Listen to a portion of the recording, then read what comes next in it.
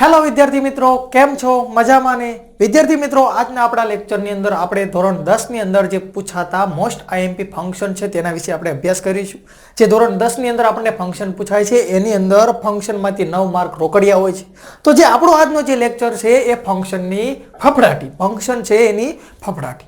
તો ફંક્શન વિશે આપણે અભ્યાસ કરીશું. આપણે વધારે સમય ન બગાડતા આપણે શરૂઆત કરીએ ફંક્શન. જોઈએ આપણો પહેલો પ્રશ્ન. તો આપણો પહેલો પ્રશ્ન આપણે શું કહે છે? તો કે પ્રશ્ન કંઈક આવો છે, Imran, since when have you been learning Sanskrit? એટલે ઇમરાન છે એ પ્રશ્ન પૂછે છે કોને? તો કે રજિયા છે એને પ્રશ્ન પૂછે છે કે તું ક્યારથી સંસ્કૃત છે એ શીખી રહ્યો છું. તો રજિયા છે શું કહે છે? તો કે રજિયા છે એ જવાબ આપે શું કહે છે? Point of time.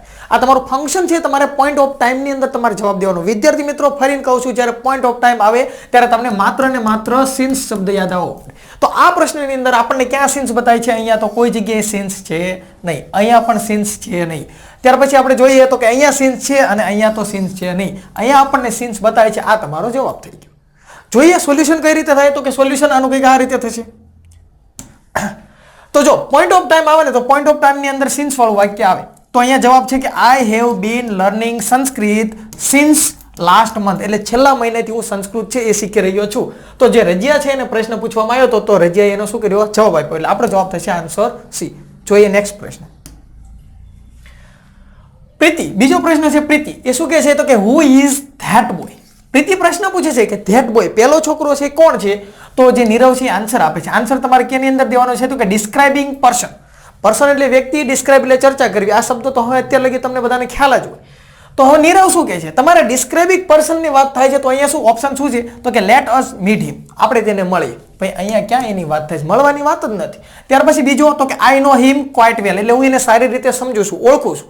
આ પણ તમારો જવાબ નથી. પર્સન વ્યક્તિની વાત આવે એ તમારો જવાબ થાય. ઓપ્શન સી તો કે હિઝ નેમ ઇઝ અમર. ભાઈ અહીંયા નામ ક્યાં પૂછ્યું? તમને એમ કીધું કે એનું નામ જણાવો નહીં. આપણો જવાબ ઓપ્શન ડી ની અંદર શું કહેશો? That is the boy.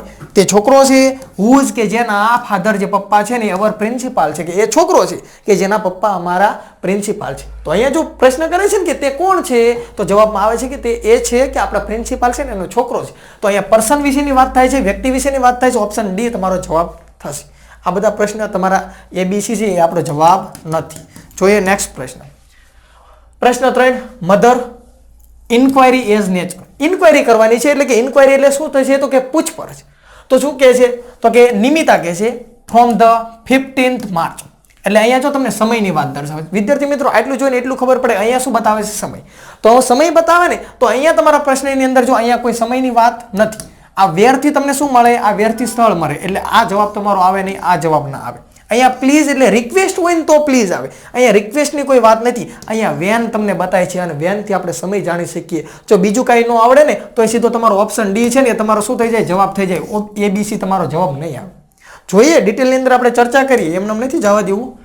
જો નિમિષા શું કહે છે? મધરે કંઈક પ્રશ્ન પૂછ્યો હોય છે, કંઈક પ્રશ્ન આવો પૂછ્યો હોય છે ને. શું પ્રશ્ન પૂછ્યો હોય છે? કે when do your exam Bing. એટલે તારી એક્ઝામ છે, પરીક્ષા ક્યારે શરૂ થઈ છે? હવે આ ડી વાળો ઓપ્શન છે અહીંયા તમે મૂકી દો. તો આ નિમિતાએ શું જવાબ આપ્યો હોય છે? કે ફ્રોમ ધ 15th માર્ચ. એટલે 15 માર્ચ છે ત્યારથી મારી પરીક્ષા શરૂ થશે. તો જો અહીંયા પ્રશ્ન છે અને એનો જવાબ મળ્યો. એટલે ઓપ્શન ડી તમારો જવાબ થશે. ત્યાર પછી નેક્સ્ટ પ્રશ્ન. પિંકી શું કહે છે? કે વોટ ઇઝ ધેટ. એટલે પહેલું શું છે?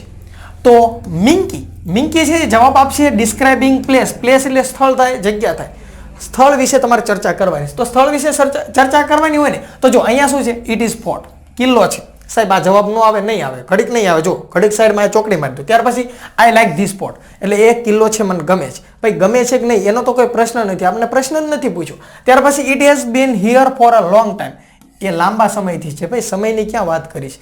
ઓપ્શન ડી શું કહે છે? તો કે that is regard the strongest fort. એટલે રેગાર્ડ છે કિલ્લો છે અને સ્ટ્રોંગેસ્ટ એટલે મજબૂતમાં મજબૂત એક કિલ્લો છે વિચ કે જે વોઝ બિલ્ટ બાય શિવાજી. શિવાજીએ બાંધેલો છે. તો જો અહીંયા આપણે ડિસ્ક્રાઇબનો અર્થ શું થાય? ચર્ચા કરવી. અને પ્લેસ એટલે શું? તો કે સ્થળ. તો આ શબ્દ છે, આ ઓપ્શન ડી છે, એની અંદર તમે જોઈશો તો કે આની અંદર આપણે ચર્ચા કરીશ. એના વિશેની બધી વાત કરી છે કે ભાઈ આ રેગાર્ડ નામનો કિલ્લો છે, મજબૂત કિલ્લો છે અને એ શિવાજી મહારાજે બાંધ્યો. તો આ ચર્ચા છે. જ્યારે આ માત્ર ને માત્ર કિલ્લાની વાત કરીશ. એટલે ઓપ્શન એ નહીં આવે, બી નહીં આવે, સી નહીં આવે. ઓપ્શન ડી છે એ તમારો રાઈટ આન્સર થશે. ત્યાર પછી નેક્સ્ટ ઓફિસર. એને શું કહે છે? તો કે ડ્યુરેશન ઓફ ટાઈમ. વિદ્યાર્થી મિત્રો યાદ રાખજો, જ્યારે ડ્યુરેશન ઓફ ટાઈમ આવે તો તમારે ફોર વાળું વાક્ય જોવાનું હોય અથવા તો હાઉ લોંગ વાળું વાક્ય ગોતવાનું હોય. તો જો શું કહે છે, વર્કર છે કે I have been on leave for 2 weeks. સરને કહે છે, શું કહે છે, તો કે આઈ હેવ બીન લીવ એટલે હું રજા ઉપર છું, 2 week એટલે 2 અઠવાડિયા, 2 અઠવાડિયા હું રજા ઉપર છું. તો ઓફિસરે શું પ્રશ્ન પૂછ્યો હોય છે, તો ઓફિસરે પ્રશ્ન પૂછ્યો હોય છે તું કેટલા સમય રજા ઉપર છો, તો ઓલો શું કહે છે 2 અઠવાડિયા સુધી રજા ઉપર છું. હવે જો તમને પહેલા જ મેં કીધું ડ્યુરેશનની વાત આવે ને તો તમને આ બધું વાંચતા ન આવડે તો કાંઈ નહીં, ડ્યુરેશનની વાત આવે એટલે તમારે ફોર વાળું વાક્ય અથવા તો હાઉ લોંગ વાળું વાક્ય ગોતવાનું. હવે આ ઓપ્શન એ છે તો એની અંદર તમને ક્યાંય હાઉ લોંગ નથી જોવા મળતું, જોઈ લો. ઓપ્શન બી છે એની અંદર પણ તમને કોઈ જગ્યાએ હાઉ લોંગ જોવા નથી મળતું અથવા તો ફોર નથી જોવા મળતું. ત્યાર પછી ઓપ્શન સી જોઈએ તો કે હાઉ લોંગ જોવા મળે છે. જો અહીંયા સિન્સ બતાવીશ, સિન્સ ક્યારે આવે તો કે પોઈન્ટની વાત હોય ને, પોઈન્ટ ઓફ ટાઈમ તો આવે. તો આપણો ઓપ્શન ડી છે એ તો જવાબ આવશે નહીં. અહીંયા તમે જોઈ શકો છો how long have you been on leave એટલે કેટલા સમયથી તું કેટલા સમય માટે રજા ઉપર છો. એટલે ઓપ્શન સી તમને આ જે સી છે એ તમે અહીંયા મૂકી દો ઓપ્શન, તો વર્કર શું જવાબ આપશે કે હું 2 અઠવાડિયા રજા ઉપર છું. એટલે ઓપ્શન સી તમારો શું થશે, રાઈટ આન્સર. બધી ન ખબર પડે તો કાંઈ વાંધો નહીં, ડ્યુરેશન ઓફ ટાઈમ આવે તો તમારે હાઉ લોંગ ગોતવાનું અથવા તો તમારો ફોર વાળો શબ્દ ગોતવો, તમારો જવાબ થઈ જાય. ઓપ્શન સી આપણો રાઈટ આન્સર.